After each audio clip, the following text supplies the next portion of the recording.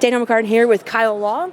I appreciate you doing this, especially in front of the Lambeau Field backdrop. What you guys didn't see was me vomiting right before this shot, but now we're good.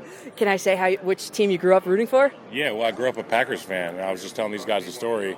My godfather was on the defensive line of the Super Bowl team. And, yeah, I went to the Panthers NFC Championship game. They obviously went on to beat the Patriots that year.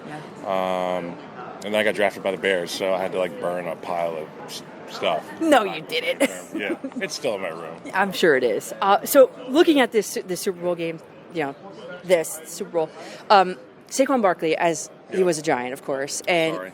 Yeah, I know. I mean, people loved him in New York, and they're kind of conflicted because they're rooting for him and the Eagles in the Super Bowl. So much, what do they say? If you love her, let her go. Yeah. Same thing with Saquon Barkley. It's like they couldn't provide what was needed for him to thrive. And the Philadelphia Eagles, it was like a hand in a glove, pairing him with that offensive line, pairing him with that group who needed leadership on the offensive side of the ball. Yeah. Not to take anything away from Jalen or that O-line, but you bring a guy like Saquon in, you can take massive steps. And here we are again. Eagles are in the Super Bowl. That's what I was going to kind of ask you about. So looking at the Giants situation and then comparing it to the Eagles situation, what jumps out to you as a former player, especially on the offensive line, for Saquon to succeed? Well, I mean, obviously, it helps to be 4.2 yards before contact. Mm-hmm. That means the offensive line's doing their job. Guys are blocking in unison and having great double teams. But the home runs, it's all Saquon Barkley. When we draw up plays as offenses, we say we're going to scheme this up so there's one guy you got to make miss, and that's what they tell the running backs in the meeting room. Yeah. And they always say, if you can make him miss, you're going to hit your head on the goalpost, which means we're going to score a touchdown. Right. So to have it schemed up, to have it blocked up, it must just be a dream every time that Saquon takes the field for this Eagles offense. So speaking of the Chiefs, I mean, Travis Kelce, obviously a weapon. Mahomes, they're deadly on fourth down. Where do you see the advantage Chiefs in this game? Well, I think that with Vic Fangio looking to run some zone coverage on the back end, trying to keep it all in front, his mantra is always bend but don't break. The Kansas City Chiefs are going to have to manufacture long drives and not just come away with 3 points. We saw the Commanders open up the game against the Eagles, 20-play drive, three points on the opener, and it felt like a big letdown because you knew what was coming. Right. And Saquon comes out there, hits a bomb in his first AB. Yeah. So you got to take advantage, take what the defense gives you. You can't make any mistakes. Right.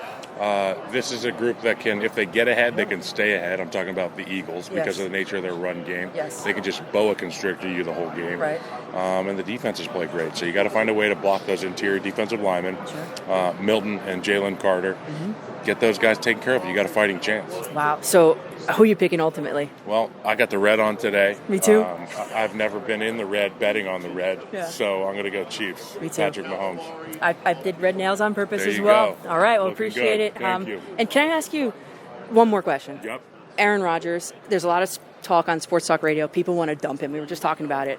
I am of the mindset that, okay, you've got a lot of these key players that are on rookie contracts, Breece Hall, Garrett Wilson, all that. So I would say run it back one more year with Aaron Rodgers. From a player perspective, though, what do you think?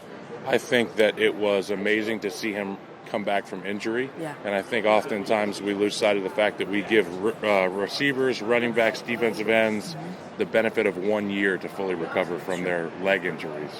With Aaron, we saw a guy who's 40 out there who still clearly has the arm talent, still has a love for the game. Yeah. But it took time, and towards the end of the season, we saw him be explosive again and the ability to move around the pocket. Mm-hmm. It bodes well for next year. Now it's all up to whether or not he wants to put up with the media shitstorm and all that comes along with being a quarterback in the tri-state area. I'm keeping him. Yeah, I'd keep him. Yeah. I got killed by that guy so many times, I'm like, keep him. What makes him so great?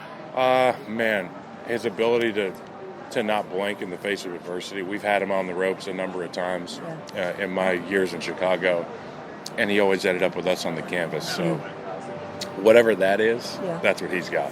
Kyle, thank you. Appreciate it.